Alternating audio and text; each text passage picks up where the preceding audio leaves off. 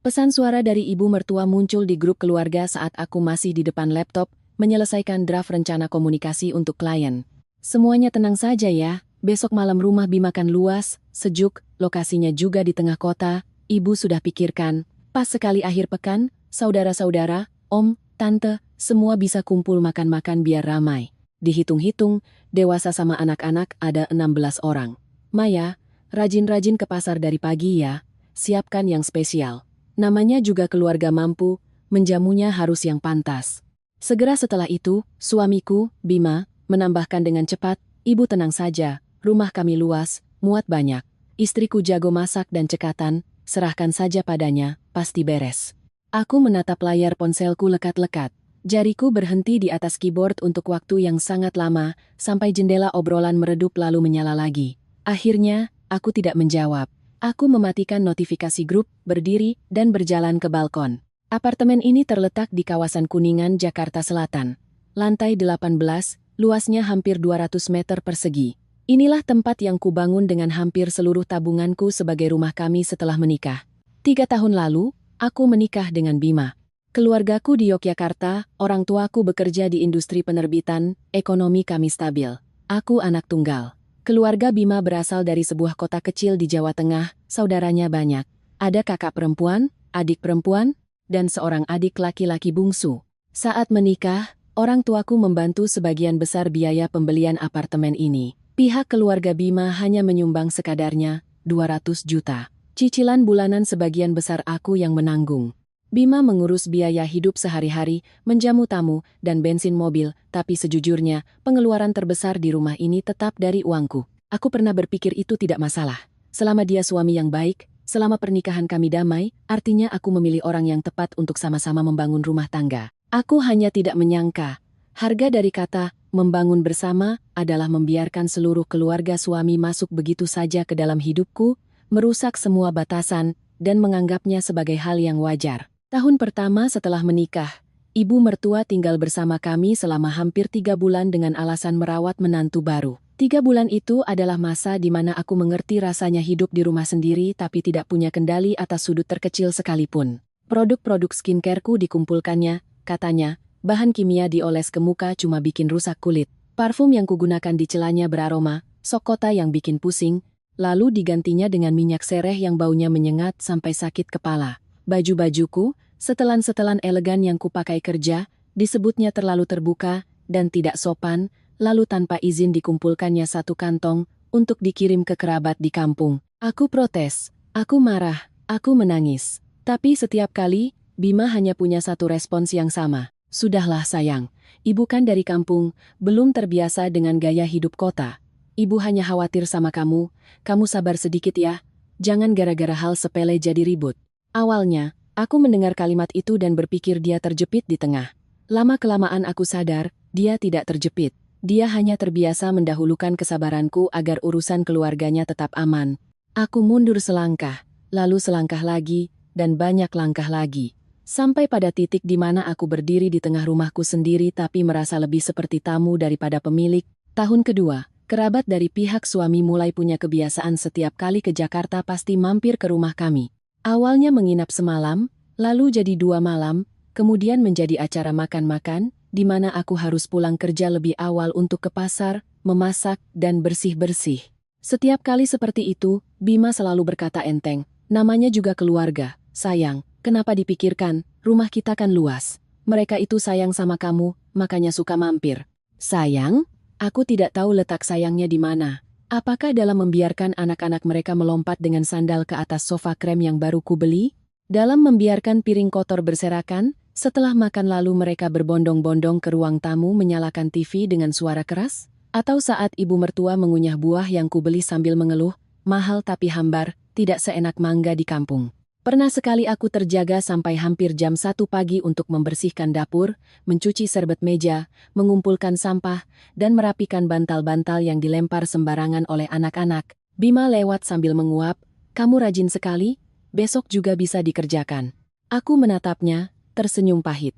Besok siapa yang kerjakan? Dia terdiam sejenak, lalu berkata, ya kamu kerjakan sebentar juga selesai, kan? Kalimat itulah yang membuatku diam sepanjang malam. Sebentar. 2 kata yang ringan, tapi cukup untuk membungkus semua keringat, kejengkelan, dan perasaanku yang diperlakukan seperti pelayan. Sejak itu, aku menjadi lebih pendiam. Bukan karena aku tidak punya perasaan, tapi karena aku mulai mengerti. Dalam pernikahan ini, setiap kali aku menyuarakan ketidaknyamananku, yang kudapat bukanlah pengertian, melainkan ceramah tentang menjadi orang yang lapang dada. Sementara keluarga suamiku semakin terbiasa memasuki rumahku seperti rumah mereka sendiri. Mereka membuka kulkas tanpa izin, memilih kamar tidur sesuka hati, memesan makanan, bahkan memutuskan cara aku harus menjamu mereka. Dan malam ini, pesan di grup keluarga adalah puncak dari kewajaran yang tak tahu malu itu. Ibu mertuaku tidak bertanya, beliau mengumumkan. Bima tidak berdiskusi denganku, dia menerima atas namaku. 16 orang, satu acara makan malam. Di apartemen yang kubeli dengan sebagian besar uangku, yang setiap perabotnya, setiap lampunya, setiap gordennya, setiap set piringnya kupilih sendiri. Aku kembali ke ruang tamu. Di luar jendela kaca, lampu-lampu kota menyala seperti permadani yang berkilauan. Di dalam, rumah ini sunyi, rapi, dan wangi aroma terapi kayu yang kusukai. Aku berjalan perlahan melewati setiap sudut, hatiku dipenuhi perasaan sakit sekaligus dingin. 3 tahun ini, aku sudah terlalu banyak mengalah. Mengalah dalam suara, dalam privasi, bahkan dalam hak untuk merasa lelah di rumahku sendiri. Ponsel bergetar, pesan pribadi dari Bima. Sayang, ibu cuma mau senang-senang saja. Lagi pula sudah lama saudara-saudara tidak kumpul. Tolong bantu Mas sekali ini ya. Mas janji akan bantu dari awal sampai akhir, tidak akan membiarkanmu lelah. Aku membaca kalimat itu berulang kali. Aku bahkan membayangkan raut wajahnya saat mengirim pesan itu, pasti dengan wajah percaya diri, berpikir dia sudah bicara dengan sangat manis dan pengertian. Tapi anehnya, kali ini aku tidak lagi merasa sedih. Aku hanya merasa lucu. Membantuku dari awal sampai akhir, seperti sebelum-sebelumnya, seperti saat dia hanya membawa 2 piring makanan ke meja lalu menganggap sudah ikut menanggung beban, seperti setelah makan, dia duduk minum teh dengan kerabatnya sementara aku sendirian membereskan medan perang sampai larut malam.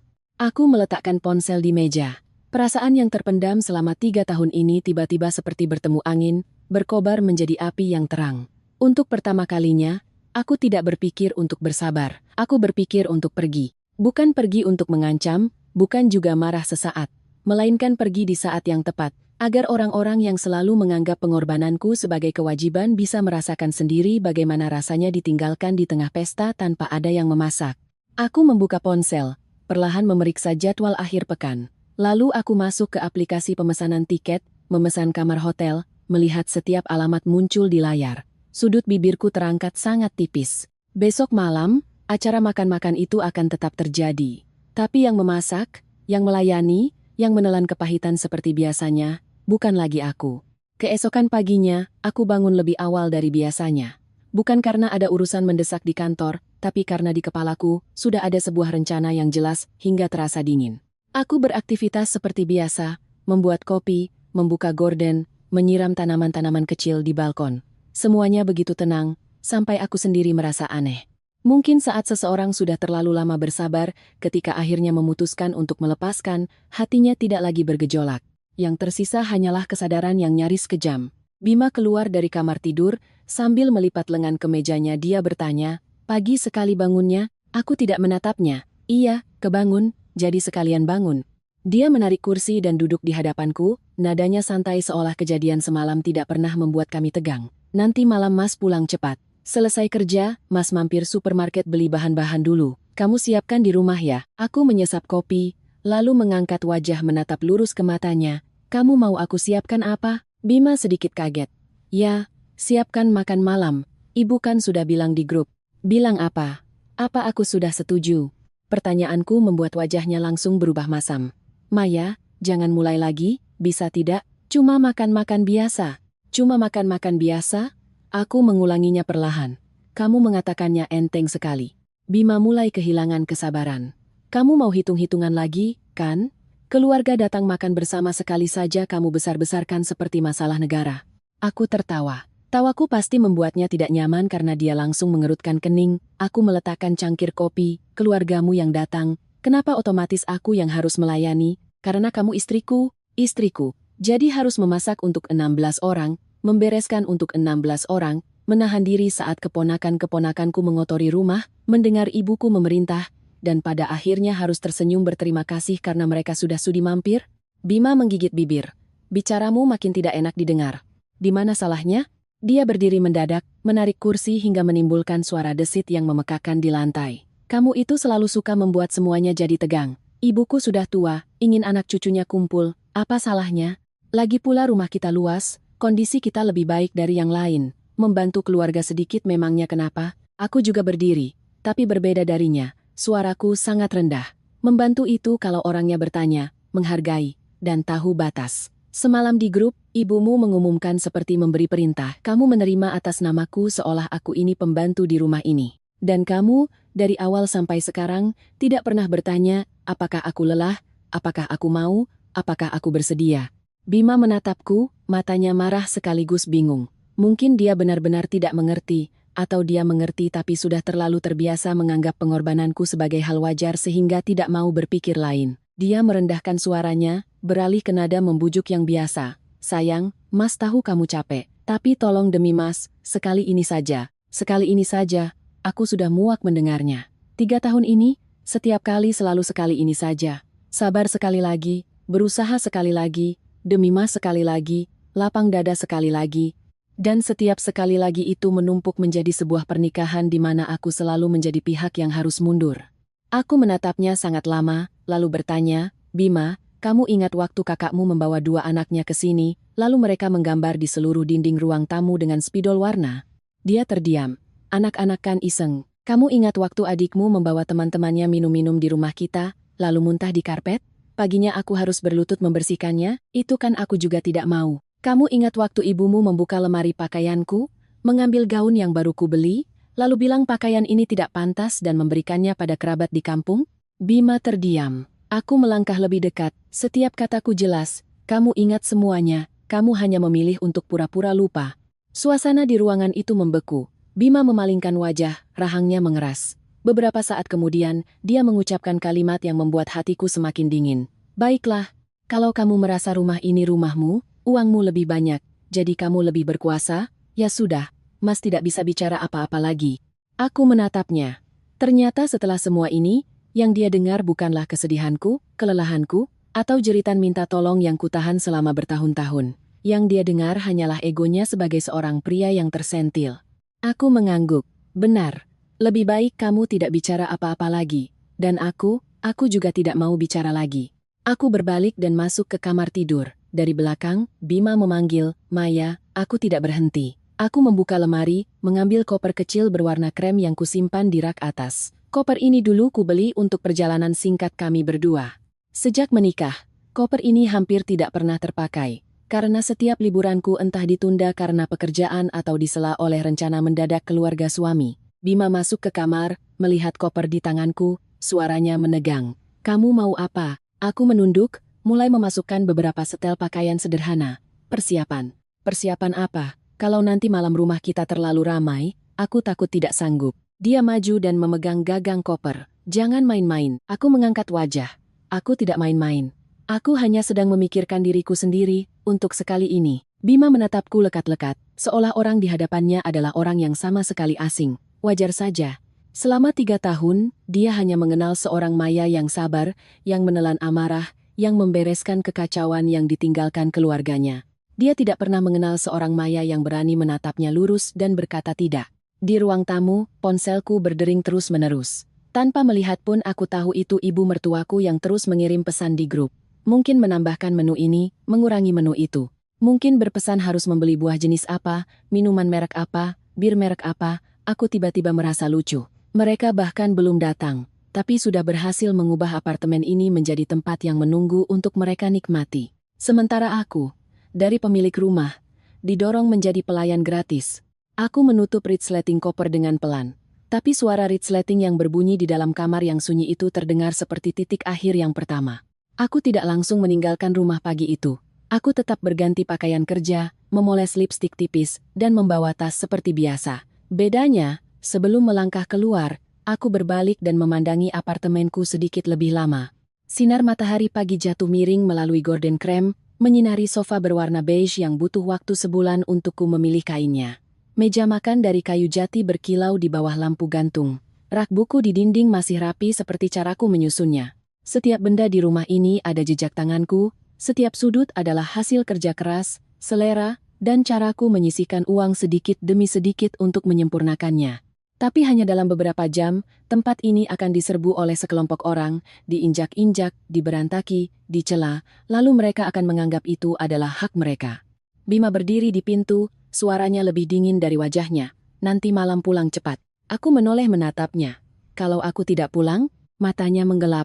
Coba saja. Aku tidak menjawab. Aku berjalan lurus ke dalam lift. Pintu logam tertutup. Wajah Bima menghilang di celah sempit. Tapi kata-katanya masih terngiang di kepalaku. Kalau aku tidak pulang, dulu hanya dengan melihatnya mengerutkan kening atau merendahkan suara seperti itu, aku sudah merasa bersalah. Aku akan melunak, akan membujuk diriku sendiri, sudahlah, jangan dibesar-besarkan. Tapi pagi ini, saat mengingat tatapan itu, aku melihat satu hal dengan sangat jelas. Dia tidak pernah takut aku sedih. Dia hanya takut aku tidak lagi patuh pada keinginannya. Sepanjang hari itu, aku hampir tidak bisa fokus bekerja. Bukan karena bingung, tapi karena pikiranku terlalu jernih. Aku membuka file presentasi, mengedit setiap baris, mengirim setiap email, tapi di kepalaku aku sedang menyusun langkah-langkah untuk pergi. Aku tidak akan berkelahi, aku tidak akan berdebat di depan orang banyak. Aku juga tidak akan berdiri di sana mendengarkan ibu mertua memerintah lalu bekerja sampai kelelahan seperti biasanya. Aku akan membiarkan mereka merasakan sendiri akibat yang mereka masak bersama. Siang hari, ponselku bergetar terus-menerus. Grup keluarga. Aku membukanya. Ibu mertua mengirim rentetan pesan. Maya, jangan lupa beli ikan gurame segar ya, dibakar saja. Ommu suka sekali. Harus ada opor ayam juga, tapi jangan beli ayam potong, dagingnya lembek. Tambah soto Betawi biar ramai. Untuk hidangan penutup, beli anggur hijau yang bagus sama apel impor, jangan beli yang murah, nanti tidak ada yang makan. Birnya beli yang kaleng hijau, jangan yang kemarin, rasanya hambar. Segera setelah itu, kakak iparku ikut menimpali. Adik ipar, jangan lupa buat ayam goreng mentega ya. Anak-anakku suka sekali. Adik ipar perempuanku mengirim stiker tertawa. Mbak, jangan lupa beli yogurt buat anak-anak ya, yang rendah gula. Aku menatap layar, bibirku terkatup rapat. Tidak ada satupun yang bertanya apakah aku bisa. Tidak ada satupun yang mengucapkan basa-basi minimal seperti, kalau merepotkan, tidak usah. Mereka terus memesan seolah sedang berada di restoran langganan. Di mana aku adalah koki, petugas kebersihan, bendahara, dan orang yang harus tersenyum ramah menyambut di pintu. Aku mematikan layar ponsel, tapi belum sampai 10 menit, Bima menelepon. Aku mengangkatnya. Ada apa? Suaranya sangat rendah. Kamu sudah lihat pesannya? Sudah. Kalau begitu, selesai kerja nanti mampir pasar dulu. Mas masih harus ke terminal jemput om dan tante sama keluarga mbak. Aku tertawa. Tawaku pasti membuatnya kesal karena dia diam selama beberapa detik. Bima, aku mau tanya satu hal. Menurutmu, aku ini lebih mirip istrimu atau pembantu untuk seluruh keluargamu? Dia langsung membentak. Kamu mulai lagi, ya? Aku yang mulai? Sejak semalam sampai sekarang, siapa yang memaksakan kehendak? Bima, dengar baik-baik, rumah ini bukan terminal, bukan juga warung makan. Dan aku tidak punya kewajiban untuk menjamu seluruh keluargamu hanya karena mereka mau datang. Di seberang telepon, suasana terasa berat. Lalu dia menjawab, setiap katanya penuh amarah tertahan. Kamu mau mempermalukan aku di depan keluarga, kan? Aku memejamkan mata. Akhirnya, kalimat itu lagi, malu, selalu saja soal mukanya. Sementara kelelahanku, kesulitanku, harga diriku di rumahku sendiri tidak pernah menjadi sesuatu yang layak disebut. Aku bicara perlahan. Kalau seorang pria harus mengandalkan istrinya untuk melayani seluruh keluarganya demi menjaga muka, muka itu juga tidak begitu berharga. Aku menutup telepon. Kali ini tanganku tidak gemetar. Sebaliknya, di hatiku muncul perasaan yang sangat aneh. Ringan. Ringan sampai aku sendiri takut. Sore harinya, aku izin pulang 1 jam lebih awal, tapi aku tidak pulang ke rumah. Aku mampir ke bank dulu. Rekening tabungan pribadiku yang kubuka 2 tahun lalu isinya tidak banyak, tidak sampai membuat orang terkesima, tapi cukup untukku hidup nyaman untuk sementara waktu tanpa bergantung pada siapapun. Setelah itu, aku mampir ke sebuah konter pulsa, membeli kartu SIM baru. Aku berdiri di depan kasir, melihat kartu SIM kecil di tanganku, tiba-tiba merasa itu seperti sebuah pintu lain yang terbuka. Sebuah pintu tanpa ketukan bertubi-tubi dari ibu mertua, tanpa pesan perintah dari kakak ipar, tanpa panggilan telepon yang menyuruhku bersabar demi suamiku. Aku lanjut mampir ke toko koper. Koper krem yang pagi tadi ku keluarkan hanya cukup untuk beberapa setel pakaian. Aku membeli satu lagi yang lebih besar, berwarna abu-abu muda, ringkas dan kokoh. Pramuniaganya tersenyum bertanya, "Mau dinas luar kota lama ya, Bu?" Aku melihat diriku di cermin seberang. Wajahku begitu tenang sampai orang lain yang melihat akan mengira aku hanya sedang bersiap untuk perjalanan biasa. Aku menjawab, "Iya, sepertinya cukup lama." Keluar dari toko, aku duduk di sebuah kafe di seberang mall, mengeluarkan ponsel dan membuka kamera CCTV di rumah. Pintu utama masih tertutup, ruang tamu masih rapi. Tapi aku tahu ketenangan itu akan segera berakhir. Aku melihat jam, 4:10 sore. Hanya beberapa jam lagi, segerombolan orang akan masuk ke apartemen itu dengan niat bersenang-senang. Dan hanya beberapa jam lagi, mereka akan mengerti bagaimana rasanya terkejut saat orang yang mereka andalkan untuk memasak tiba-tiba menghilang.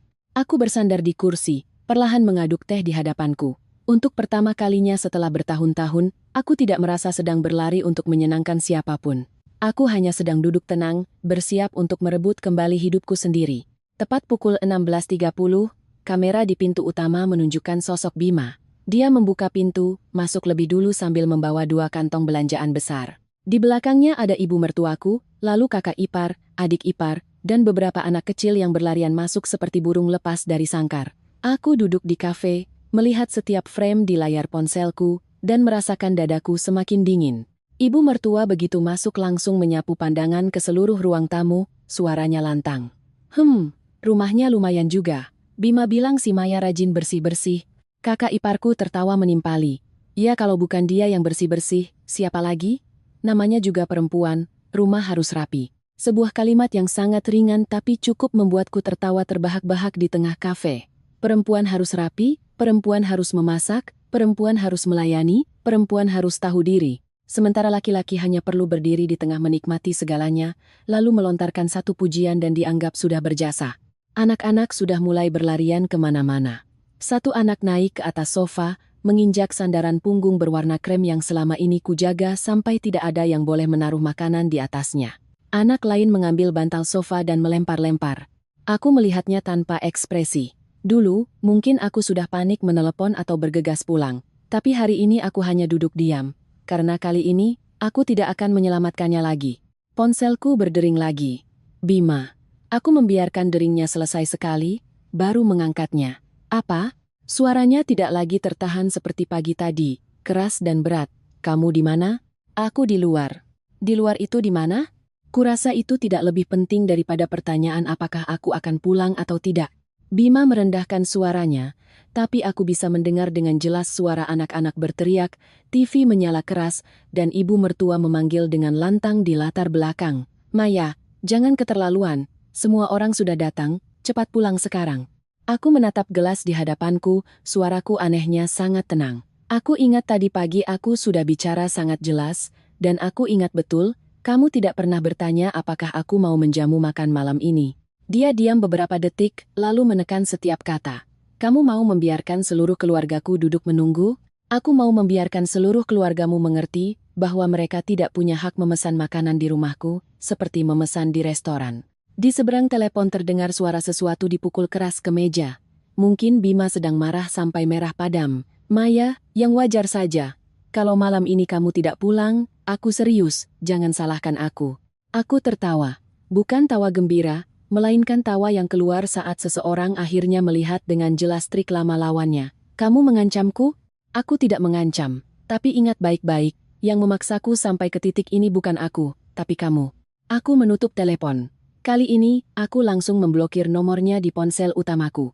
Aku beralih ke kartu SIM baru, memasukkannya ke ponsel cadangan, lalu mengirim pesan singkat pada ibuku. Bu, malam ini aku pulang ke rumah ibu beberapa hari. Belum sampai 1 menit, ibu membalas. Ada masalah, nak? Aku menatap tulisan itu lama sekali. Pertanyaan yang sama yang selama bertahun-tahun jarang ku dengar dari keluarga suamiku. Bukan kamu di mana, bukan kamu sedang apa, melainkan ada masalah apa? Aku menjawab, aku sedikit lelah, Bu. Aku ingin pulang. Ibu langsung membalas, pulanglah, nak. Rumah selalu menunggumu. Hanya dengan satu kalimat itu, mataku terasa panas. Aku mengangkat kepala melihat keluar jendela kaca. Jalanan mulai terang oleh lampu. Arus kendaraan di luar sana masih padat seperti biasa. Kota ini begitu luas, begitu ramai, tapi terkadang aku pernah merasa tidak punya satupun tempat untuk bernapas. Sampai ibuku mengirimkan 4 kata itu, rumah selalu menunggumu. Aku membuka aplikasi untuk memesan tiket kereta cepat ke Yogyakarta malam ini, lalu urung. Terlalu lama. Aku beralih mencari tiket pesawat penerbangan malam. Masih ada beberapa kursi, aku langsung memesannya. Selesai, aku duduk diam sejenak, merasakan detak jantungku yang mantap. Tidak gemetar, tidak ragu, dan tidak merasa bersalah. Bersamaan dengan itu, kamera di rumah menunjukkan adegan ibu mertuaku berjalan lurus ke dapur. Beliau membuka kulkas, lalu berdiri kaku. Aku hampir bisa membayangkan raut wajahnya saat itu. Kulkas hanya berisi air mineral, beberapa kotak yogurt yang kubeli untuk diriku sendiri, sedikit buah, dan beberapa makanan sederhana untuk kami berdua. Sama sekali tidak ada pemandangan daging dan ikan melimpah seperti yang mereka bayangkan. Tidak ada panci kaldu, tidak ada nampan bahan makanan yang sudah disiapkan, tidak ada hidangan yang menunggu untuk dimasak. Ibu mertuaku berbalik cepat dan berteriak, "Bima!" Suaranya begitu melengking sampai mikrofon kamera ikut berdesis. "Makanannya mana?" Kakak iparku ikut berlari masuk, membuka beberapa laci. "Loh, kok tidak ada apa-apa?" Anak-anak di luar masih tertawa riuh, tapi orang-orang dewasa mulai berubah raut mukanya. Aku melihat adegan itu, bibirku perlahan tersenyum. Bukan karena senang semata, tapi karena untuk pertama kalinya, ketidaknyamanan tidak lagi hanya menimpaku. Untuk pertama kalinya, orang-orang yang selalu menganggapku wajar menanggung beban, mulai merasakan rasanya kehilangan pijakan. Layar ponselku menyala terus-menerus. Kali ini dari ibu mertua, lalu kakak ipar, lalu adik ipar. Aku melihatnya satu persatu tanpa mengangkat. Beberapa saat kemudian, grup keluarga diramaikan oleh pesan baru. Ibu mertua mengirim pesan dengan nada sangat kesal. "Maya, kamu di mana? Cepat pulang, semua orang sudah datang." Jadi menantu kok kelakuannya begini? Aku melihat barisan tulisan itu, menarik napas perlahan, lalu mengambil tas dan berdiri. Sudah saatnya aku meninggalkan kota ini beberapa hari agar mereka bisa mengurus sendiri makan malam yang mereka kira aku dilahirkan untuk melayaninya. Aku memesan taksi ke bandara saat hari baru saja gelap. Selama perjalanan, aku tetap menyalakan kamera di rumah. Entah karena ingin memastikan semuanya berjalan sesuai dugaanku, atau karena sebagian diriku masih ingin melihat dengan mata kepala sendiri momen ketika seluruh keluarga itu terpaksa menghadapi kenyataan yang selama ini aku tanggung sendirian. Di layar, ruang tamu rumahku sudah mulai kacau. Ibu mertua berdiri berkacak pinggang di tengah ruangan, wajahnya masam. Kakak ipar bolak-balik antara dapur dan ruang tamu, memeriksa setiap laci. Adik ipar menggendong anaknya yang rewel sambil tidak lupa menggerutu. Anak-anak mulai merengek minta makan. Dan Bima berdiri di tengah-tengah itu semua, satu tangan memegang ponsel, satu tangan di pinggang, raut wajahnya marah sekaligus bingung. Aku belum pernah melihatnya segugup itu. Dulu, setiap kali kerabat datang, dia selalu santai. Dia hanya perlu tersenyum, menuangkan minum, duduk mengobrol, sesekali mampir ke dapur bertanya basa-basi. Bagian yang paling melelahkan, paling kotor, dan paling menekan, aku yang menanggungnya. Karena itulah dia punya waktu untuk menjadi anak yang berbakti, keponakan yang perhatian, dan pria yang punya muka di hadapan kerabatnya. Malam ini, tanpa aku di belakangnya, ketenangan itu hancur lebih cepat dari yang kuduga.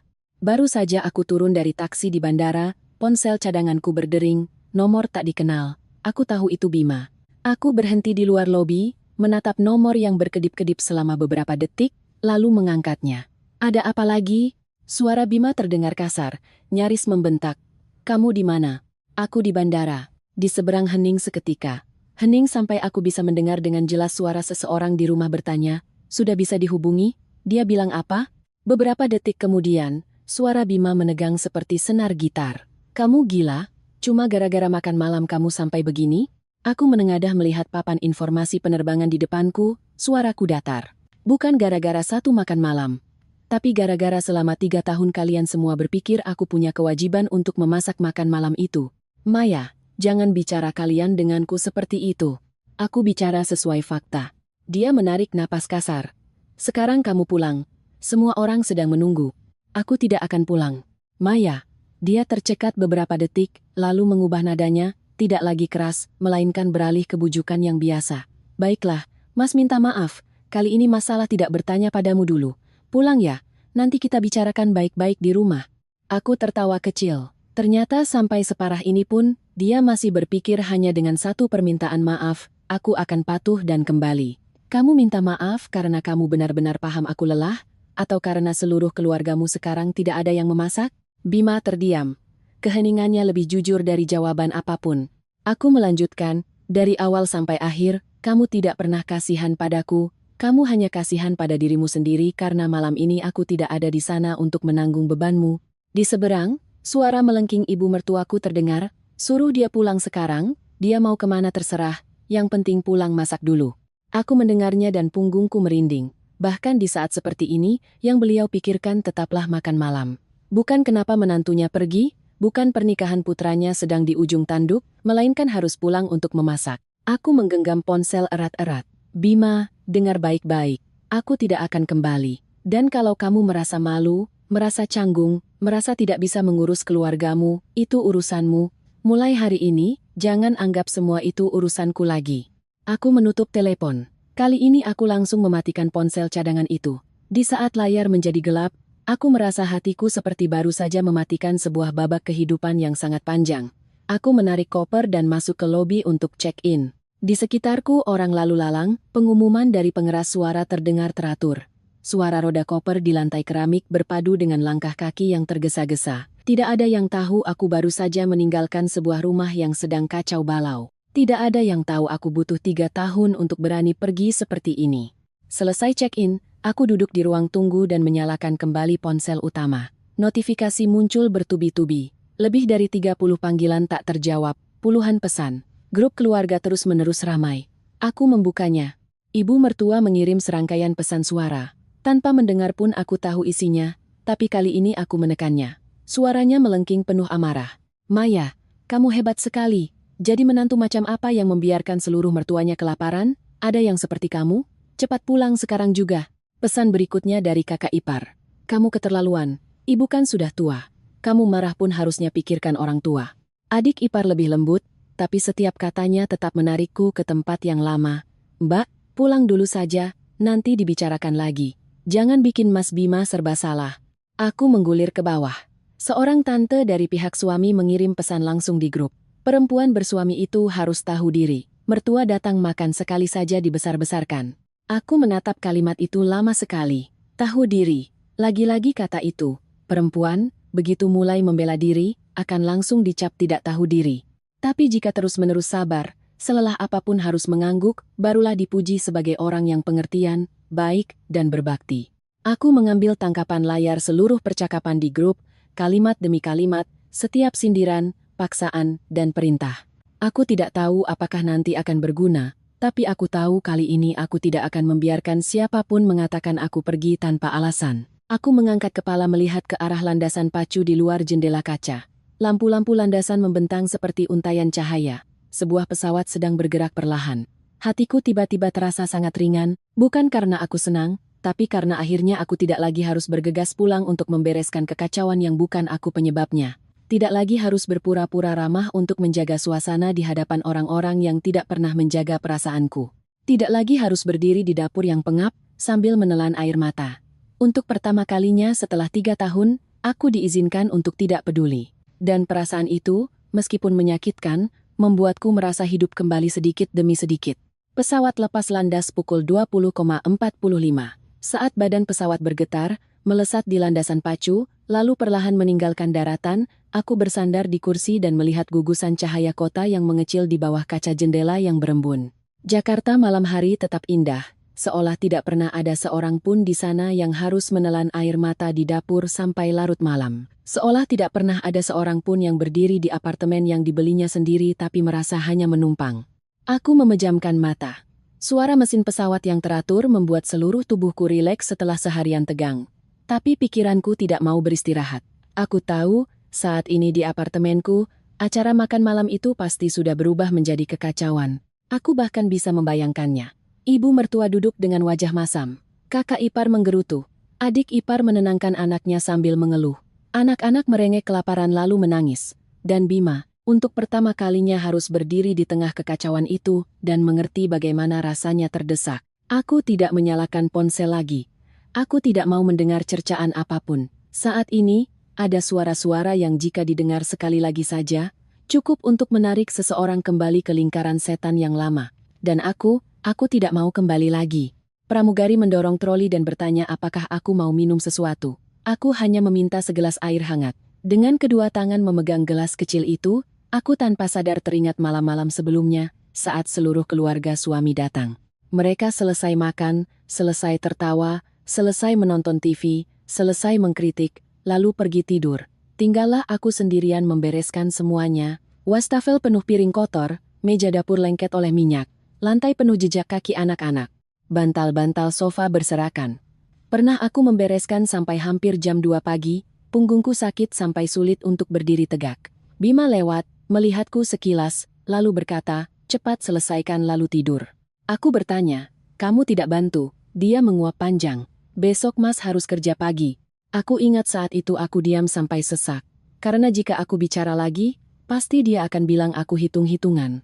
Pernikahanku tidak hancur karena satu pukulan, satu makian, atau satu perselingkuhan yang heboh. Pernikahanku lapuk perlahan dari hal-hal kecil seperti itu. Hal-hal kecil yang berulang sampai suatu hari, saat aku melihat ke belakang, aku tidak lagi mengenali bagaimana aku hidup selama 3 tahun ini. Pesawat memasuki area turbulensi ringan, badan pesawat bergetar beberapa kali. Seorang anak kecil di barisan depan terkejut dan menangis. Ibunya buru-buru memeluk dan menenangkannya. Aku melihat adegan itu, hatiku tiba-tiba terasa ngilu. Bukan karena kasihan pada anak itu, tapi karena aku tiba-tiba sadar, saat manusia merasa lemah, yang paling mereka butuhkan hanyalah sebuah tempat untuk dipeluk dan ditenangkan. Sementara aku, selama 3 tahun ini, berulang kali didorong ke posisi di mana aku harus menanggung semuanya sendiri. Tidak ada yang memelukku, tidak ada yang bertanya apakah aku lelah, tidak ada yang bilang, sudah, biar aku bantu. Bahkan pria yang tidur seranjang denganku hanya terbiasa berkata, sabar sedikit lagi, ya. Sekitar pukul 21.30, pesawat mulai menurunkan ketinggian. Lampu-lampu kota Yogyakarta muncul di bawah sayap, membentuk untayan cahaya yang panjang, damai, dan akrab. Aku menyalakan ponsel saat pesawat baru saja mendarat. Di kartu SIM baru hanya ada 2 pesan. Satu dari operator, satu lagi dari ibuku. Kalau sudah mendarat, kabari ibu ya. Ayah sudah menunggu di luar. Aku membacanya, tenggorokanku tercekat. Selalu seperti ini. Tidak bertanya kenapa, tidak menyalahkan, tidak memaksaku menjelaskan. Hanya sederhana, menunggu. Saat menarik koper keluar dari pintu kedatangan, aku langsung melihat ayahku. Beliau berdiri di antara kerumunan penjemput, mengenakan jaket abu-abu yang lama, posturnya tinggi kurus yang kukenal, matanya terus mencari-cariku. Begitu aku mendekat, beliau langsung mengambil alih koper. Perjalanannya melelahkan, nak. Hanya dengan satu kalimat itu, mataku sudah panas. Aku menggeleng. Aku baik-baik saja, ya. Ayah menatapku beberapa detik, seolah ingin bertanya lebih jauh. Tapi kemudian beliau hanya mengangguk pelan. Nanti di rumah saja bicaranya. Di dalam mobil, aku menyandarkan kepala ke jendela. Yogyakarta malam hari tidak terlalu bising, angin sejuk menyelinap melalui celah kaca. Ayah memutar musik instrumental yang biasa didengarkan ibu. Sepanjang perjalanan, beliau tidak memaksaku bercerita. Keheningan itu tidak membuatku sesak. Sebaliknya, rasanya seperti selimut hangat yang menutupi tubuhku setelah berhari-hari kedinginan. Sampai di rumah, ibu sudah menunggu di depan pintu. Begitu melihatku, beliau berjalan cepat. Masuk, nak. Ibu sudah hangatkan sayur. Aku melihat hidangan sederhana di meja makan, hanya 3 macam. Ikan goreng, sayur bening, dan lalapan. Tidak mewah, tidak rumit, tidak perlu pamer. Tapi begitu duduk, tenggorokanku tercekat. Ibu mengambilkan sepotong ikan untukku. Makanlah, kamu kurusan. Aku memegang sendok, tanganku sedikit gemetar. Saat itulah aku sadar. Sepanjang malam ini, yang paling menyakitkan bukanlah perlakuan keluarga suamiku, melainkan fakta bahwa aku sudah terbiasa dengan perlakuan itu begitu lama sampai aku lupa bagaimana rasanya diperlakukan dengan baik. Setelah beberapa suap, barulah ibu bertanya pelan, "Kamu dan Bima ada masalah?" Aku mengangkat wajah, menatap mata ibu yang cemas sekaligus lembut. Dinding pertahanan yang kubangun seharian tiba-tiba retak. Aku meletakkan sendok, suaraku serak. Aku lelah sekali, Bu. Ibu tidak bertanya lebih jauh. Beliau hanya menggenggam tanganku. Iya, sudah di rumah, sekarang istirahat. Sebuah kalimat yang begitu sederhana, tapi membuat air mataku jatuh ke mangkuk nasi tanpa kusadari. Aku memalingkan wajah untuk menyekanya cepat, tapi ayah dan ibu melihatnya. Ayah menghela napas, menuangkan segelas air untukku. Tidak apa-apa, keluarga masih ada di sini. Aku duduk di tengah dapur kecil milik orang tuaku, mendengar suara sendok beradu pelan dengan mangkuk, mencium aroma sayur panas yang mengepul, dan mendengar diriku sendiri menangis sangat pelan. Hatiku seperti ada sesuatu yang putus, lalu terlepas. Malam ini, untuk pertama kalinya setelah sekian lama, aku tidak perlu khawatir siapa yang akan memberantaki rumah. Tidak perlu mengatur waktu untuk bersih-bersih, tidak perlu menunggu panggilan perintah, aku hanyalah putri dari ayah dan ibuku. Dan akhirnya, aku telah sampai di tempat di mana aku tidak perlu lagi berpura-pura kuat. Malam itu aku tidur nyenyak sampai hampir jam 9 pagi. Tidak bermimpi, tidak terkejut karena suara pintu terbuka. Tidak terbangun tengah malam karena mendengar suara sandal diseret di luar, suara anak-anak menangis, atau suara ibu mertua berdeham menyuruhku bangun membuatkan teh. Ketika membuka mata, aku berbaring diam sejenak, menatap langit-langit kamarku yang lama. Gorden biru muda yang diganti ibu tahun lalu, masih bergerak pelan ditiup angin. Rak buku kayu di dekat jendela masih tersusun rapi dengan novel-novel yang kusukai sejak kuliah. Semuanya di sini tidak baru, tapi membuatku merasa lebih ringan daripada tempat mewah manapun di luar sana. Baru saja aku duduk, ponsel cadangan di tasku bergetar. Aku mengambilnya, lebih dari 50 panggilan tak terjawab.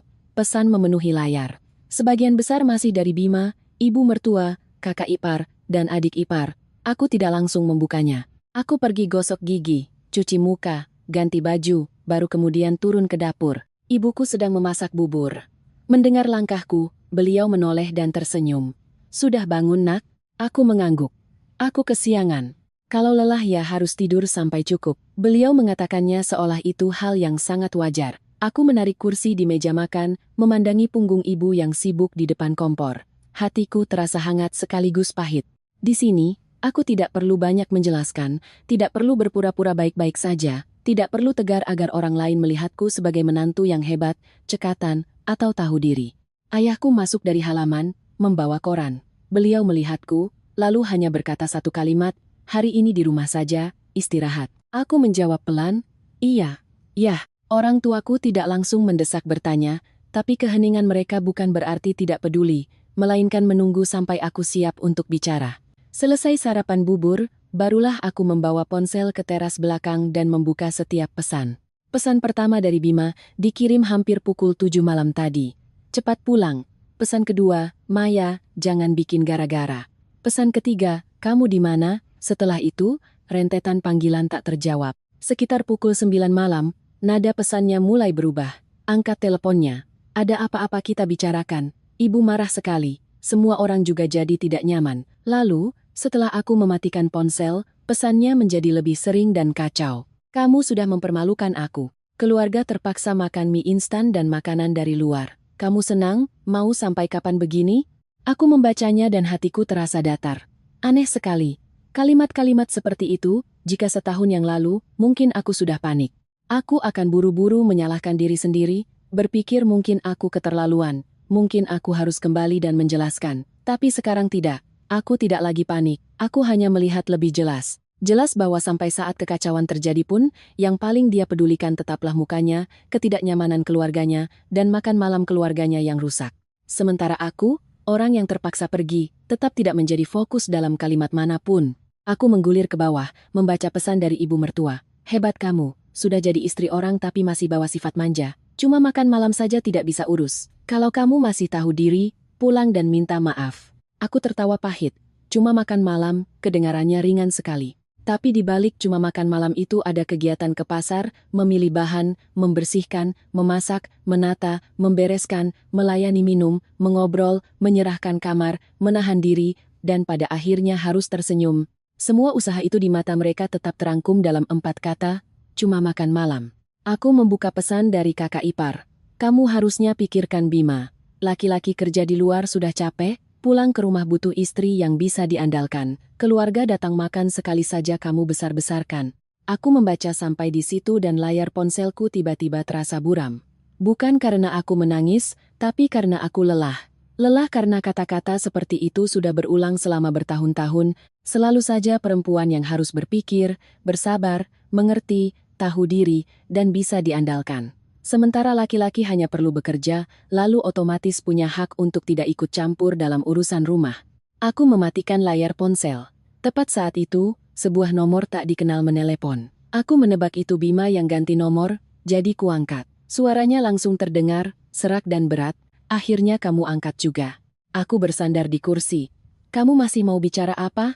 Aku mau tanya, kamu mau begini sampai kapan? Aku berbuat apa? Kamu pergi begitu saja, membuat seluruh keluargaku jadi bahan tertawaan. Aku diam 2 detik, lalu bertanya sangat pelan.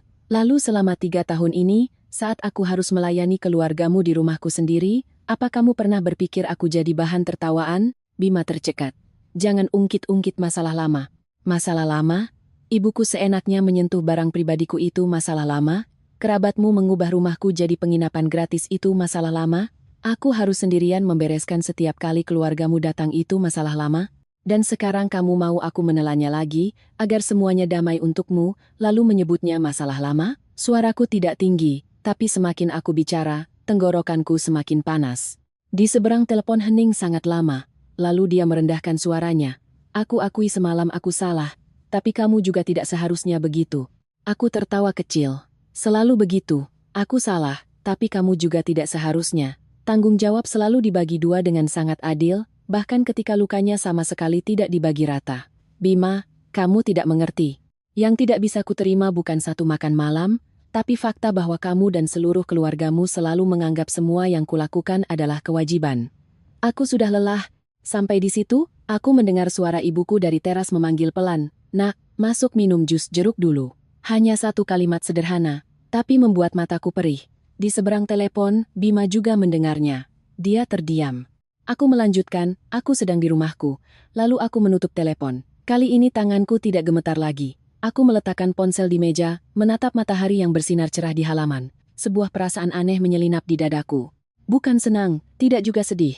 Rasanya seperti seseorang yang baru saja keluar dari ruangan yang sangat pengap, akhirnya bisa menarik napas dalam-dalam. Dan dalam tarikan napas itu, aku mulai sadar bahwa aku bukan hanya pergi dari satu makan malam. Aku sedang perlahan melangkah keluar dari sebuah pernikahan, di mana aku lebih banyak dituntut untuk berkorban daripada dicintai. Sore itu, aku izin pada orang tua untuk keluar sebentar. Ibuku tidak bertanya aku mau kemana. Beliau hanya berpesan, makan dulu sesuatu sebelum pulang. Aku mengangguk, mengambil tas, dan berjalan ke kafe langganan dekat rumah. Aku butuh tempat yang tenang untuk memikirkan langkah selanjutnya. Jika hanya sekadar pergi beberapa hari untuk melampiaskan amarah, aku tidak akan menyiapkan SIM baru, membawa dokumen penting, atau mengambil tangkapan layar seluruh percakapan di grup keluarga. Aku tahu betul, masalah ini sudah melewati batas sebuah kemarahan. Ini adalah hasil dari 3 tahun penumpukan. Dan jika aku tidak memanfaatkannya selagi aku masih jernih untuk menata segalanya, sangat mungkin aku akan ditarik kembali ke jalur lama dengan beberapa permintaan maaf setengah hati, beberapa kata menyalahkan, beberapa tetes air mata orang tua, dan sekali lagi keluluhanku. Aku memesan teh hangat, membuka laptop, dan mulai mendaftar setiap pekerjaan. Pertama, memeriksa kembali dokumen apartemen. Kedua, meninjau rekening pribadi. Ketiga, merekapitulasi setiap kali keluarga suami datang menginap, biaya makan, perbaikan, dan penggantian perabotan yang rusak. Dulu aku melakukan ini hanya untuk mengingatkan diri sendiri agar tidak hidup terlalu naif.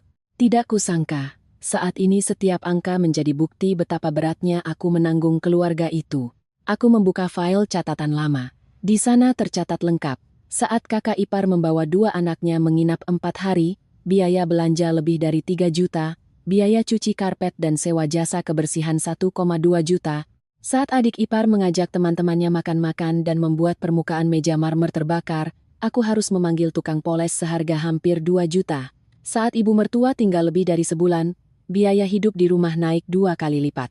Belum lagi beliau seenaknya memberikan beberapa barang yang kubeli pada kerabat. Aku menggulir setiap baris, tenggorokanku tercekat. Dulu aku mencatat ini dengan marah. Sekarang, saat melihatnya lagi, aku sadar yang paling menakutkan bukanlah jumlah uangnya, melainkan fakta bahwa aku sudah terbiasa dihabiskan seperti itu terlalu lama. Ponsel berdering. Bima. Kali ini bukan nomor tak dikenal. Mungkin dia menebak aku tidak akan memblokirnya lagi. Aku menatapnya sejenak, lalu mengangkatnya. Suaranya terdengar jauh lebih lelah dari pagi tadi. Kamu sedang apa? Aku sedang sibuk. Aku mau bicara baik-baik. Tadi malam dan pagi ini belum cukup baik-baik? Dia menghela napas. Maya, aku tahu kamu sedang marah. Aku tidak marah lagi. Aku hanya sedang sadar. Di seberang telepon hening.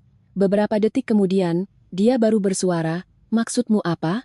"Maksudku, aku melihat pernikahan ini lebih jelas. Kamu dan keluargamu selalu menganggap aku yang harus mengurus, mengalah, dan menanggung. Sampai saat aku menolak, kalian semua melihatku sebagai pihak yang bersalah."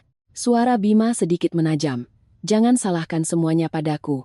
Aku tidak perlu menyalahkan. Kesalahannya sudah ada di sana." Aku menutup laptop, melihat keluar. Kendaraan lalu lalang. Matahari sore mulai memudar di trotoar. Semuanya di luar sana normal, hanya hidupku yang sedang berbelok arah. Bima melanjutkan, suaranya lebih rendah. "Aku tidak menyangkal aku ada salahnya, tapi kamu juga harus mengerti, itu orang tuaku, saudara-saudaraku. Aku mengerti kan, aku mengerti, makanya aku bersabar selama 3 tahun, aku mengerti, makanya aku membuka pintu rumahku untuk mereka berulang kali. Aku mengerti, makanya aku memasak, membereskan, tersenyum, dan berusaha menjadi istri yang tidak membuatmu malu. Aku begitu mengerti, sampai aku lupa harus mengerti diriku sendiri." Saat mengucapkan kalimat terakhir, aku mendengar suaraku sendiri tercekat. Ada kata-kata yang baru saat diucapkan, kita sadar betapa dalamnya luka di hati kita. Bima terdiam cukup lama. Lalu dia bertanya, "Kamu mau apa?" Aku duduk tegak. "Ini pertama kalinya setelah sekian lama kamu menanyakan itu padaku. Bukan kamu mau aku berbuat apa, tapi kamu mau apa?" Aku menjawab perlahan. "Aku mau dihormati. Aku mau rumahku tidak dijadikan tempat singgah tanpa syarat. Aku mau setiap keputusan yang menyangkut hidupku melibatkan suaraku. Aku mau, saat kamu berdiri di antara aku dan keluargamu, setidaknya kamu sadar bahwa kamu adalah suamiku lebih dulu." Bima tertawa sangat pelan, tapi tawa itu tidak bahagia. "Kalau aku tidak bisa melakukan semuanya?" Aku diam sejenak, lalu berkata jujur, "Kalau begitu, aku harus memikirkan hidupku sendiri." Di seberang kembali hening. Keheningan kali ini lebih lama, lebih berat. Aku tahu dia mulai mengerti. Bukan mengerti aku sedang marah, tapi mengerti bahwa aku benar-benar bisa meninggalkan pernikahan ini. Sebelum menutup telepon, Bima hanya mengatakan satu kalimat, "Beri aku waktu." Aku tidak menjawab setuju atau menolak. Aku hanya mematikan telepon, lalu membuka kembali laptopku, melanjutkan rekapitulasiku. Kali ini aku tidak melakukannya dengan air mata. Aku melakukannya dengan kesadaran seseorang yang akhirnya belajar untuk berpihak pada dirinya sendiri. Aku tidak tahu apakah pernikahan ini masih bisa diselamatkan, tapi aku tahu satu hal pasti, apapun hasilnya nanti, aku tidak akan kembali menjadi bayangan yang lama. Malam itu, baru saja aku sampai di rumah, aku melihat ibu sedang duduk di ruang tamu mengupas jeruk. Ayahku membaca koran di sebelahnya, kacamata bacanya sedikit melorot, sesekali melirikku lalu kembali membaca. Suasana rumah tetap tenang seperti biasa. Justru ketenangan itulah yang membuat hatiku terasa berat. Aku duduk di sebelah ibu, mengambil potongan jeruk yang sudah dikupaskan, tapi tenggorokanku terasa kering. Ibu menatapku. "Sudah bicara dengan Bima?" Aku mengangguk. "Sudah." "Bagaimana?" Aku tersenyum pahit. "Masih sama saja, Bu. Dia minta waktu." Ibu diam beberapa detik, lalu bertanya sangat pelan. "Lalu kamu?" Aku mengangkat wajah. "Aku kenapa, Bu? Kamu masih mau menunggu?" Pertanyaan itu membuatku tertegun. Aku sudah memikirkan banyak hal tentang ibu mertua, tentang Bima, tentang apartemen di Jakarta, tentang uang, tentang semua perlakuan yang kuterima. Tapi aku belum benar-benar duduk dan bertanya pada diriku sendiri, apakah aku masih mau menunggu? Aku menunduk melihat kedua tanganku. Beberapa tahun ini, aku sudah banyak sekali menunggu. Menunggu Bima mengerti. Menunggu dia tidak lagi cuek. Menunggu ibu mertua tidak ikut campur. Menunggu kerabatnya tahu batas. Menunggu kesabaranku dibayar dengan sedikit rasa hormat. Terus menunggu, sampai yang lelah menunggu adalah aku sendiri. Aku berkata pelan, "Aku tidak tahu lagi, Bu." Ayahku meletakkan korannya di meja, suaranya tenang. "Kalau tidak tahu, pelan-pelan saja. Tapi ada satu hal yang harus kamu ingat. Jangan karena takut mengecewakan orang lain, kamu memaksa dirimu kembali ke tempat yang membuatmu lelah." Aku duduk diam. Kata-kata ayah tidak keras, tidak juga memaksa, tapi setiap katanya seperti jatuh tepat di bagian hatiku yang paling sakit. Selama ini aku selalu takut. Takut jika aku bersikap tegas, orang lain akan bilang aku egois. Takut jika aku menolak, Bima akan malu. Takut jika aku pergi, orang akan bilang aku menantu yang tidak becus. Takut macam-macam, hanya satu yang tidak pernah kutakuti, diriku sendiri. Malam itu aku tidak bisa tidur. Aku membuka kembali album foto di ponselku. Ada satu foto saat aku dan Bima baru saja serah terima apartemen. Aku berdiri di tengah ruang tamu yang kosong, memegang sebuket bunga baby's breath putih. Mataku tersenyum sampai menyipit. Bima berdiri di sampingku, satu tangan merangkul bahuku, satu tangan mengangkat kunci. Saat itu, aku benar-benar percaya aku akan punya sebuah keluarga. Bukan hanya pernikahan di atas kertas, tapi sebuah tempat di mana dua orang membangun rumah bersama. Aku menggulir ke foto-foto lain. Foto meja makan yang kutata sendiri saat pertama kali mengundang mertua datang. Foto aku tersenyum di samping hidangan yang kumasak. Foto Bima duduk di tengah kerabatnya mengangkat gelas, sementara aku di belakang membawa tambahan makanan ke meja. Aku melihat setiap foto dan tiba-tiba menyadari satu kebenaran yang dingin. Di banyak foto, aku ada di sana, tapi aku tidak benar-benar terlihat. Aku selalu menjadi orang di pinggiran, yang melayani, yang menata, yang memastikan bingkai foto keluarga itu tampak sempurna. Sementara perasaanku, kelelahanku, kesedihanku, tidak pernah masuk ke dalam bingkai itu. Keesokan paginya, aku terbangun oleh dering telepon. Nomor tak dikenal. Aku ragu sejenak, lalu mengangkatnya. Suara ibu mertuaku terdengar melengking dan tajam seperti pisau. "Maya, kamu hebat sekali." Aku langsung duduk tegak. Belum sempat aku bicara, beliau sudah melanjutkan. "Saya belum pernah lihat menantu selancang kamu. Pergi seenaknya, membiarkan suamimu sendirian pusing. Kamu tahu tidak, semalam orang-orang menertawakan keluarga saya?" Aku terdiam sejenak, lalu bertanya balik. "Menertawakan keluarga ibu atau menertawakan saya, Bu?" "Berani kamu bertanya?" "Kenapa saya tidak berani bertanya? Dari awal, semua orang masuk ke rumah saya, memesan makanan, mengatur tempat tidur, menyuruh saya beli ini itu, tapi tidak ada satupun yang bertanya apakah saya setuju.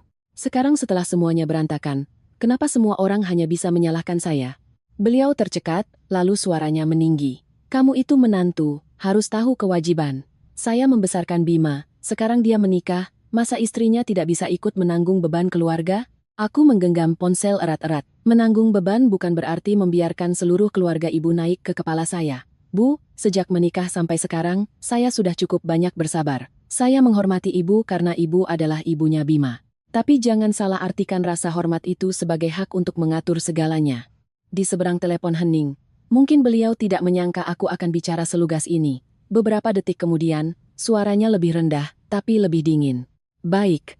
Kalau kamu sudah bicara begitu, saya juga akan bicara. Kalau kamu masih mau jadi istrinya Bima, kamu harus pulang dan minta maaf.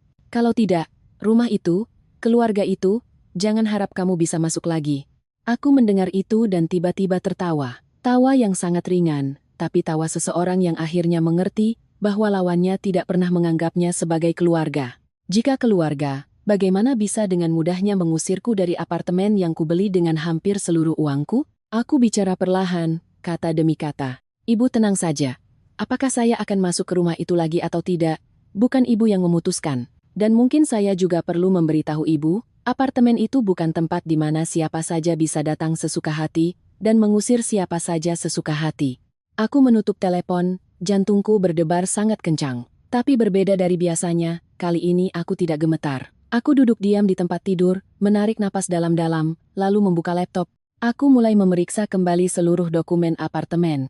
Akta jual beli, sertifikat, rincian kontribusi keuangan. Aku tidak mau lagi bicara dengan emosi. Aku mau mulai sekarang semuanya harus jelas. Sudah saatnya orang-orang yang terbiasa menggunakan dalih moral untuk menekan, harus mengerti bahwa selain moral, ada juga batasan, ada juga hitam di atas putih, dan ada harga yang harus dibayar karena meremehkan seorang perempuan terlalu lama. Aku duduk di depan laptop selama hampir 2 jam. Layarnya terang, angka-angka, tanggal, dan file pindaian dokumen pembelian apartemen terpampang jelas dan dingin. Aku membuka setiap folder, perjanjian jual-beli, bukti transfer, jadwal cicilan bank, file Excel yang kubuat untuk melacak pengeluaran rumah tangga. Semuanya masih utuh, dan semakin kulihat, semakin aku merasa lucu pada diriku sendiri selama 3 tahun terakhir. Aku begitu terperinci, begitu hati-hati. Aku menginvestasikan hampir seluruh tenaga, uang, dan waktuku untuk rumah itu. Tapi ada saatnya aku masih terpojok, sampai harus bertanya pada diri sendiri, apakah aku keterlaluan, hanya karena tidak mau memasak untuk 16 orang. Tepat saat itu ponselku berdering. "Bima." Kali ini aku menatap namanya di layar cukup lama sebelum mengangkat. Suaranya serak. "Kamu sudah bicara dengan ibu?" "Sudah." "Perlukah kamu bicara seperti itu pada ibu?" Aku bersandar di kursi. "Perlu." "Kamu tahu ibu sekarang marah sekali?" "Aku tahu." Dan kamu tahu bagaimana aku hidup selama 3 tahun ini? Di seberang telepon hening. Aku tidak memberinya waktu untuk menghindar. Bima, kamu mau bicara baik-baik, kan? Kalau begitu hari ini aku bicara sekali ini saja. Aku pergi bukan karena satu makan malam. Aku pergi karena selama 3 tahun keluargamu masuk ke dalam hidupku seperti masuk ke rumah mereka sendiri. Aku pergi karena setiap kali batasanku dilanggar, kamu hanya diam menonton. Aku pergi karena kamu terlalu lama menikmati pelayananku sampai kamu menganggapnya sebagai kewajiban. Bima menarik napas kasar. Aku tidak menyangka masalahnya seserius ini. Aku tertawa. Tentu, kamu tidak pernah merasa ini serius karena yang berdiri di dapur bukan kamu. Yang membereskan kekacauan bukan kamu. Yang barang pribadinya disentuh ibu mertua, yang dinilai oleh kerabat, yang sofanya diinjak anak-anak, yang dijadikan pelayan di rumahnya sendiri juga bukan kamu. Suara Bima merendah. Aku tahu aku salah. Aku tidak butuh kamu mengatakan itu hanya untuk selesai. Aku butuh kamu paham di mana letak kesalahanmu. Kamu tidak memukulku, kamu tidak memakiku, tapi kamu membiarkanku terkuras. Terkadang, itu lebih menakutkan. Di seberang hening sangat lama. Kali ini aku bisa mendengar dia menelan ludah. Mungkin baru saat inilah dia benar-benar mulai melihat hal-hal yang selama ini selalu dihindarinya. Dia bertanya pelan. Kamu, mau cerai? Pertanyaan itu melayang melalui telepon, jatuh di kamarku yang sunyi, membuat jariku berhenti di atas keyboard. Aku menatap layar laptop. Deretan angka tentang uang muka, biaya interior, masih ada di sana, jelas, kering, tanpa emosi. Aku bicara sangat pelan. Aku belum bilang cerai, tapi aku juga tidak mau kembali seperti dulu. Bima terdengar seperti menghela napas lega. Tapi aku tidak membiarkannya salah paham bahwa itu adalah sinyal untuk terus membujuk. Aku jelaskan padamu, mulai sekarang, kalau kamu masih mau bicara, bicaralah dengan rasa hormat. Bukan dengan gaya ibumu membentak, kakakmu memaksa, dan kamu di tengah menyuruhku bersabar, dan tidak ada ceritanya aku kembali hanya untuk menjaga muka keluargamu. Suara Bima terdengar parau. Kamu benar-benar hitung-hitungan denganku sekarang? Aku memejamkan mata pelan. Sampai di titik ini, dia masih menggunakan kata hitung-hitungan. Seolah semua yang kukatakan hanya soal uang dan menang kalah. Bima, aku tidak hitung-hitungan. Aku sedang menyelamatkan diriku sendiri. Di seberang tidak ada jawaban. Aku membuka file sertifikat apartemen, menggulir ke bagian proporsi kepemilikan, lalu melanjutkan, suaraku begitu tenang, sampai aku sendiri terkejut. Ngomong-ngomong, aku ingatkan sekalian biar kamu ingat. Apartemen di Kuningan itu, kontribusi utamanya dari aku dan orang tuaku. Akta, bukti transfer, jadwal pembayaran, semua aku simpan. Jangan biarkan ibumu berpikir beliau punya hak mengusirku dari sana. Di seberang telepon, Bima seperti tercekat. Kamu bicara soal rumah dengan cara seperti itu padaku? Seharusnya sudah dari dulu aku bicara begini. Bima, kesalahanku selama 3 tahun ini adalah aku terlalu segan untuk bersikap jelas. Aku terus berpikir kalau bicara terus terang akan menyakitimu, tapi ternyata, semakin aku tidak jelas, semakin keluargamu melangkah maju. Kali ini dia tidak langsung bereaksi. Aku bisa merasakan keheningan yang sangat lama di seberang, seolah dia sedang duduk sendirian di rumah yang dikenalnya tapi untuk pertama kalinya terasa asing. Beberapa saat kemudian, barulah dia bertanya, "Kamu mau aku berbuat apa?" Aku melihat buku catatan yang terbuka di sampingku. Sejak pagi, aku sudah menulis beberapa baris, bukan untuk memaksanya, tapi agar aku sendiri tidak luluh dan tidak berputar-putar. Aku mau kamu melakukan 3 hal. 1. Jelaskan pada ibumu dan seluruh keluargamu bahwa apartemen itu bukan tempat di mana mereka bisa membawa rombongan sesuka hati. 2. Mulai sekarang, setiap kunjungan harus seizinku. 3. Kamu harus paham dan mengakui bahwa aku tidak punya kewajiban untuk melayani keluargamu. Aku istrimu, bukan penyedia logistik untuk seluruh kerabat. Baru saja selesai bicara, aku mendengar pintu teras sedikit terbuka. Ibuku membawa masuk segelas air hangat, meletakkannya pelan di meja, lalu pergi tanpa suara. Beliau tidak bertanya apa-apa, hanya takut aku duduk terlalu lama dan haus. Aku melihat punggung ibu, hatiku tiba-tiba terasa pedih. Bima di seberang telepon bersuara, hal-hal itu, aku butuh waktu. Aku sudah memberimu 3 tahun. Kalimat itu keluar begitu saja. Aku dan dia sama-sama terdiam. Aku tidak sengaja ingin menyakitinya, tapi itu adalah fakta.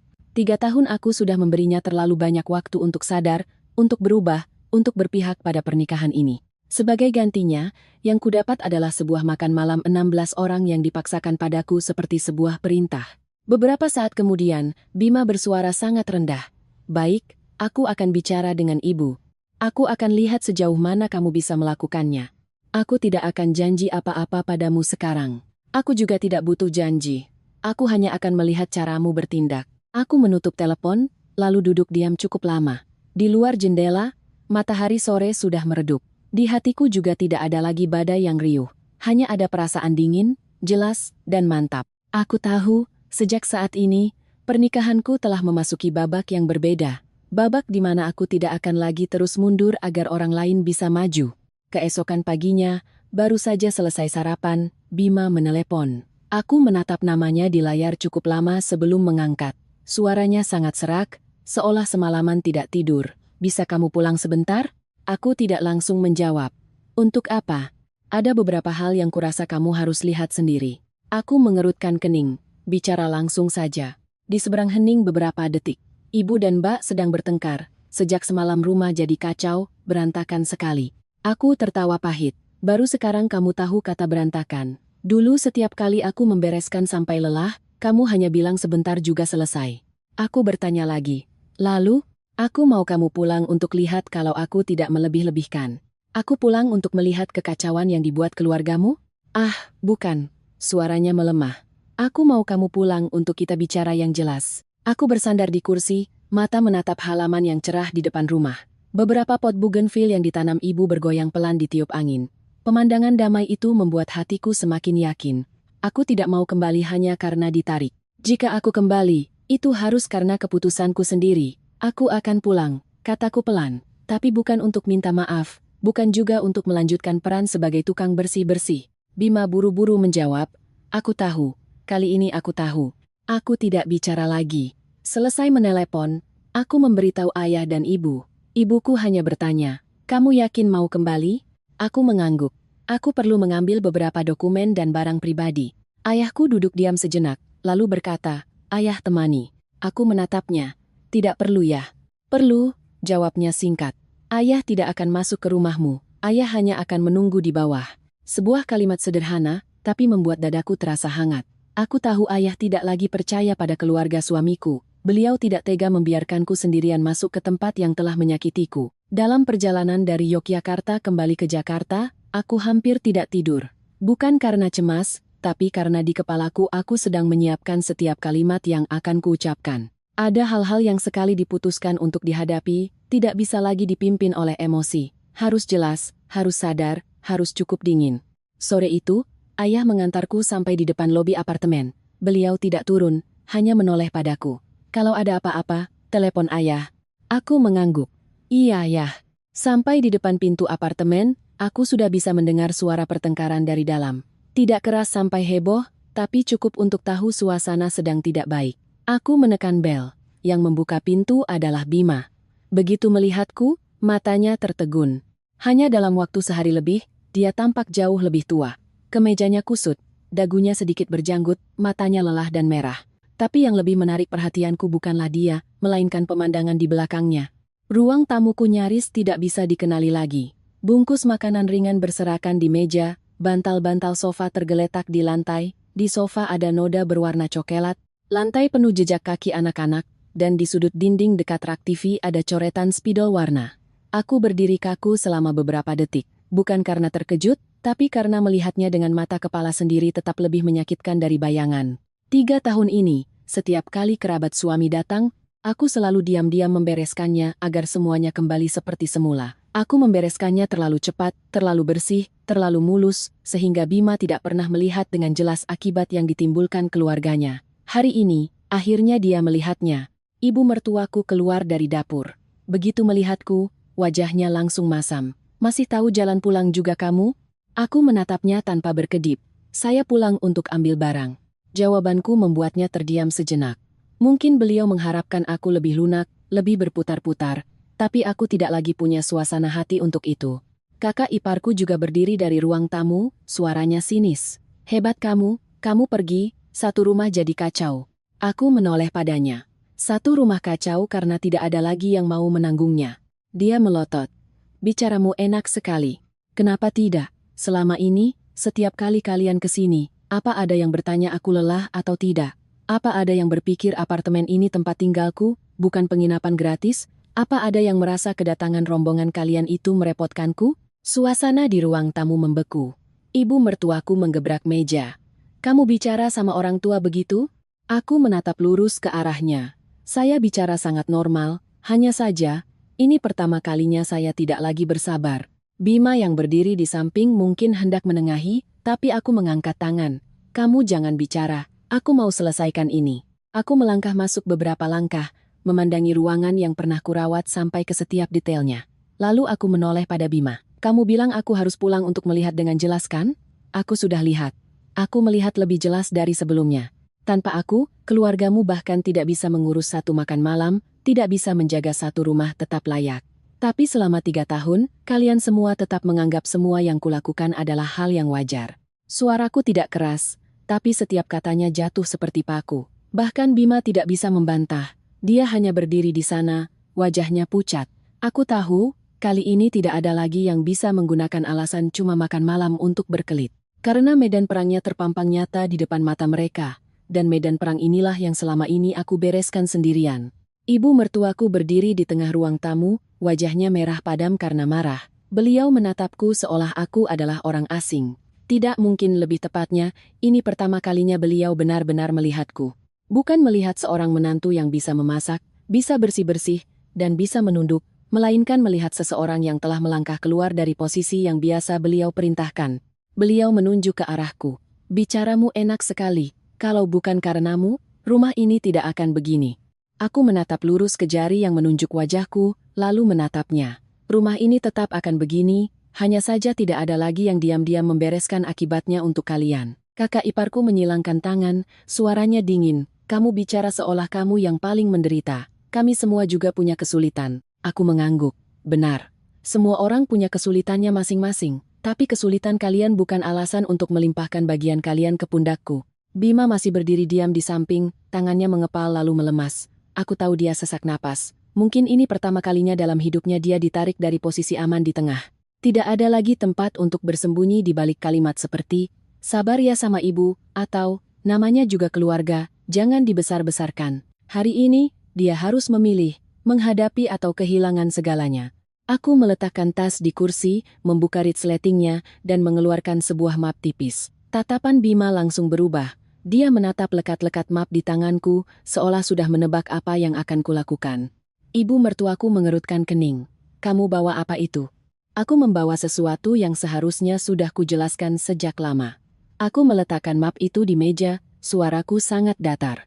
Sebelum kita semua lanjut bicara tentang kewajiban, tentang mertua, tentang bagaimana aku harus tahu diri, mungkin sebaiknya kita bicara tentang apartemen ini dulu. Seluruh ruang tamu hening. Bima melangkah maju. Maya, aku menoleh padanya. Kamu bilang mau bicara yang jelas. Hari ini kita buat semuanya jelas. Aku membuka map, mengeluarkan salinan perjanjian jual beli, akta notaris, dan bukti-bukti transfer. Lembar demi lembar kuletakkan dengan rapi di atas meja. Total harga apartemen ini saat dibeli adalah 8 miliar. Dari jumlah itu, orang tuaku membantu 5 miliar. Aku pribadi menyumbang lebih dari 2 miliar dari tabunganku. Bagian dari keluargamu adalah 200 juta. Aku berhenti sejenak. Cicilan bank setiap bulan, yang menanggung adalah aku. Suasana di ruangan itu seolah kehabisan oksigen. Ibu mertuaku berkedip-kedip, tidak percaya. Kakak ipar melihat tumpukan kertas di meja, lalu menatap Bima, dan Bima, wajahnya pucat pasi. Aku melihat mereka satu persatu, lalu melanjutkan. Di akta, proporsi kepemilikan tercatat sangat jelas. Aku 99%, Bima 1%. Suara kakak iparku melengking. Tidak mungkin. Kenapa tidak mungkin? Aku tidak pernah menyembunyikannya. Hanya saja dulu aku tidak mau membawa-bawa urusan uang untuk mempermalukan siapapun. Kalian sudah terbiasa dengan diamku, jadi kalian pikir aku tidak punya batasan. Ibu mertuaku menggebrak meja.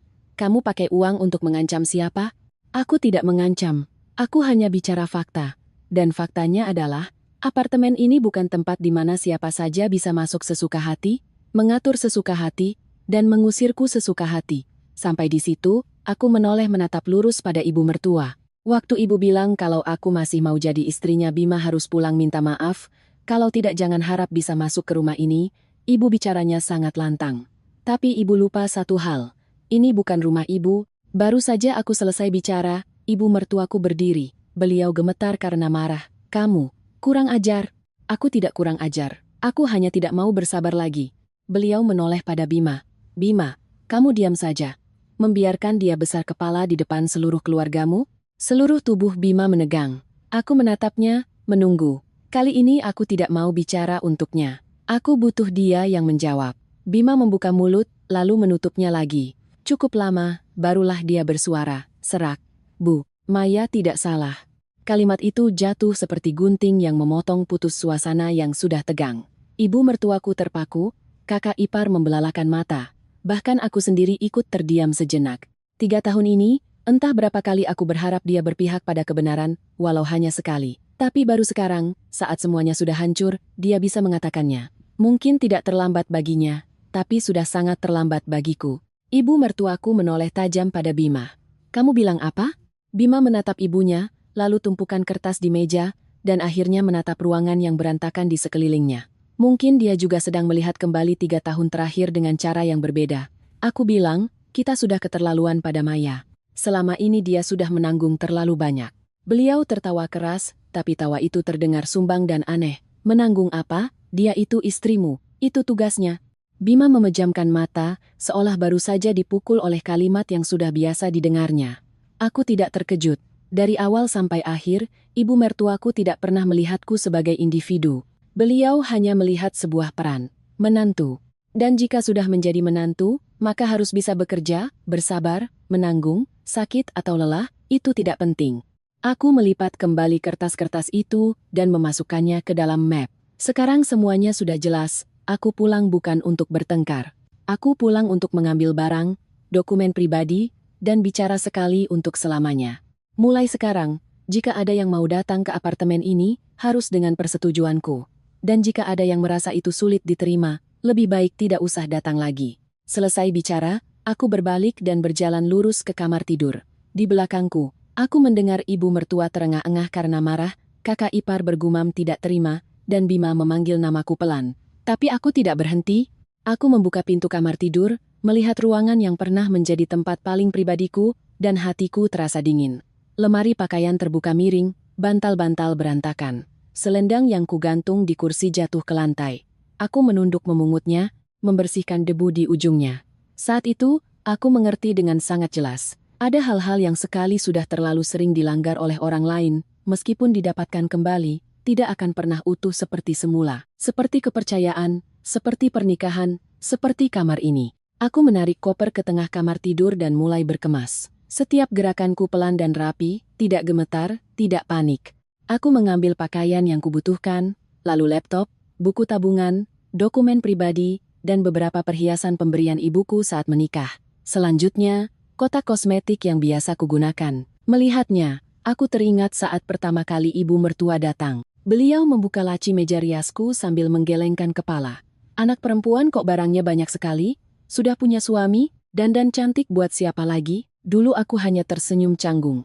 Sekarang, kalau dipikir-pikir, tanda-tandanya sudah ada sejak awal. Hanya saja saat masih cinta, masih ingin menjaga, orang seringkali menipu diri sendiri. Sudahlah, yang bisa dimaklumi, maklumi saja. Di ruang tamu, suara ibu mertuaku masih terus terdengar. Kadang tinggi, kadang rendah, kadang menyalahkan, kadang mengasihani diri sendiri, tapi intinya tetap sama. Beliau merasa dihina, merasa menantunya berani melawan, merasa posisinya ditantang. Aku tidak lagi mendengar setiap katanya. Aku juga tidak mau mendengar. Selama 3 tahun, aku sudah cukup mendengar. Aku membuka laci kecil di samping tempat tidur, mengambil setumpuk struk yang sudah kujepit rapi. Sebagian besar adalah struk perbaikan atau penggantian barang di rumah setelah kerabat suami datang. Ada kaki lampu yang patah, karpet yang terkena tumpahan anggur, 1 set piring keramik yang pecah 3, bahkan struk sewa jasa pembersih sofa setelah seorang keponakan mengompol di atasnya. Setiap angkanya tidak terlalu besar, tapi jika dijumlahkan, cukup untuk membuat orang paham bahwa kunjungan silaturahmi itu tidak pernah hanya soal perasaan. Itu adalah uang, tenaga, waktu, energi, gangguan, dan keausan yang menumpuk sedikit demi sedikit. Pintu kamar tidur tiba-tiba terbuka. Bima berdiri di sana. Dia tidak langsung masuk, hanya berdiri di ambang pintu, melihatku berkemas, matanya lelah bukan main. Aku tidak menoleh. Kalau kamu masuk untuk membujukku tinggal, tidak usah. Suaranya serak. Aku tidak berani. Aku mendengar dua kata itu dan rasanya pahit. Tidak berani, bukan tidak mau. Mungkin sampai di titik ini, dia juga sadar aku sudah melangkah terlalu jauh. Dia masuk 2 langkah, berhenti di dekat lemari. Maya, aku masih tidak menatapnya. Bicaralah. Aku minta maaf. Aku melipat sebuah sweater, memasukkannya ke koper, baru kemudian menjawab, kamu sudah pernah minta maaf. Tapi kali ini beda. Aku tertawa sangat pelan. Beda di mananya? Beda karena kali ini, aku benar-benar melihatnya. Kalimat itu membuat tanganku berhenti sejenak. Aku menoleh menatapnya. Wajahnya muram, matanya tidak lagi menunjukkan ego atau kekesalan seperti saat aku pergi, tidak juga ada bujukan asal-asalan seperti sebelumnya. Di matanya saat ini ada kekosongan yang nyata. Mungkin karena untuk pertama kalinya dia ditinggalkan sendirian di tengah kekacauan yang selama ini selalu dianggapnya urusanku. Dia melihat sekeliling kamar, suaranya merendah. Aku tidak tahu kamu sudah menanggung sebanyak ini. Aku menatapnya sangat lama, lalu bertanya. Atau kamu tahu, tapi kamu merasa itu lebih nyaman untukmu? Wajah Bima menegang. Dia tidak langsung menjawab. Keheningannya kali ini bukan lagi menghindar, melainkan seperti didorong ke sudut di mana dia tidak bisa lagi menyangkal. Akhirnya, dia duduk di tepi tempat tidur, kedua tangannya saling bertaut. Mungkin, keduanya. Jawaban itu membuat hatiku lebih sakit daripada saat dia berdebat, membentak, atau mengatakan aku keterlaluan. Karena setidaknya saat ini dia berhenti berbohong. Aku menarik napas dalam-dalam. Kamu tahu apa yang paling menakutkan? Bukan karena ibumu sulit, bukan karena saudara-saudaramu terlalu santai. Tapi karena kamu melihat semuanya, dan kamu tetap memilih untuk membiarkanku menanggungnya. Aku menunduk, lalu melanjutkan. Setiap kata jatuh perlahan tapi berat. Kamu menggunakan kebaikanku untuk menjaga mukamu. Kamu menggunakan tenagaku untuk menjaga keharmonisan keluargamu. Kamu menggunakan kesabaranku untuk menjadi anak, kakak, dan keponakan yang sempurna. Hanya satu peran yang tidak kamu jalankan dengan baik, peran sebagai suami. Bima mengepalkan tangannya kuat-kuat, buku-buku jarinya memutih. Beberapa saat kemudian, barulah dia mengangkat wajah. Aku tahu sekarang bicara apapun sudah terlambat. Benar, jawabku langsung. Sudah terlambat. Di luar pintu, suara ibu mertuaku kembali terdengar lebih keras. Bima, kamu masih di dalam situ, suruh dia keluar, kita bicara sampai jelas. Aku dan Bima sama-sama diam. Kontras itu membuatku merasa lucu. Sampai di titik ini pun, beliau masih berpikir semuanya bisa diselesaikan dengan menarikku ke ruang tamu untuk diadili, untuk dipaksa mengaku salah, untuk ditekan agar melunak. Tapi tidak, aku tidak akan keluar ke sana sebagai terdakwa lagi. Aku menutup koper. Suara resletingnya terdengar tegas. Bima melihat gerakanku, suaranya parau. Kamu benar-benar mau sampai sejauh ini? Aku meletakkan tangan di gagang koper. Tidak ada yang mau pernikahannya jadi seperti ini, tapi aku tidak bisa terus hidup seperti dulu hanya untuk mempertahankan status. Dia berdiri mendadak. Aku akan berubah. Aku menatapnya. Kali ini aku tidak lagi merasa goyah. Mungkin karena kalimat itu datang terlalu terlambat, mungkin juga karena selama 3 tahun ini aku sudah terlalu banyak berubah. Dari gadis yang selalu berpikir, cukup aku berusaha sedikit lagi, menjadi perempuan yang paham bahwa jika hanya satu orang yang berusaha, pernikahan hanyalah sebuah cangkang kosong. Aku menjawab dengan sangat tenang. Kamu bisa berubah, tapi perubahanmu bukan lagi syarat untuk aku kembali. Dia menatapku dengan kaget. Mungkin itu kalimat yang paling tidak dia duga. Karena selama ini, semua masalah di antara kami selalu berputar pada satu poros. Dia berjanji, aku luluh, aku bersabar sekali lagi. Kali ini tidak. Aku menarik koper ke arah pintu, melewati Bima. Aku berhenti sejenak. Ada hal-hal yang rusak tapi masih bisa diperbaiki. Tapi ada hal-hal yang sekali sudah retak terlalu dalam, meskipun ditambal, tidak akan pernah utuh lagi. Selesai bicara, aku melangkah keluar. Ruang tamu langsung hening. Semua mata tertuju padaku. Ibu mertua duduk di tengah sofa, punggungnya tegak, wajahnya tegang. Kakak ipar menyilangkan tangan. Adik ipar memeluk anaknya dan berdiri di samping. Aku melihat sekeliling rumahku untuk terakhir kalinya, lalu bersuara dengan jelas, tidak tinggi, tapi cukup untuk membuat semua orang mendengar. Hari ini aku membawa barang-barangku. Mulai sekarang, aku tidak akan kembali ke sini kecuali untuk urusan penting. Soal aku dan Bima, kami akan selesaikan sendiri. Tapi ada satu hal yang kukatakan lebih dulu. Aku tidak berutang permintaan maaf pada siapapun di rumah ini. Ruang tamu hening seperti kuburan setelah kalimatku. tidak ada yang langsung bersuara. Mungkin karena mereka tidak menyangka aku akan bicara setegas itu. Mungkin juga karena untuk pertama kalinya mereka sadar, perempuan yang selama ini diam-diam berdiri di dapur, diam-diam membereskan di belakang mereka, diam-diam menahan semua kritik dan perintah, ternyata tidak selemah yang mereka kira. Ibu mertuaku yang pertama memecah keheningan. Beliau menumpukan tangan di meja, berdiri.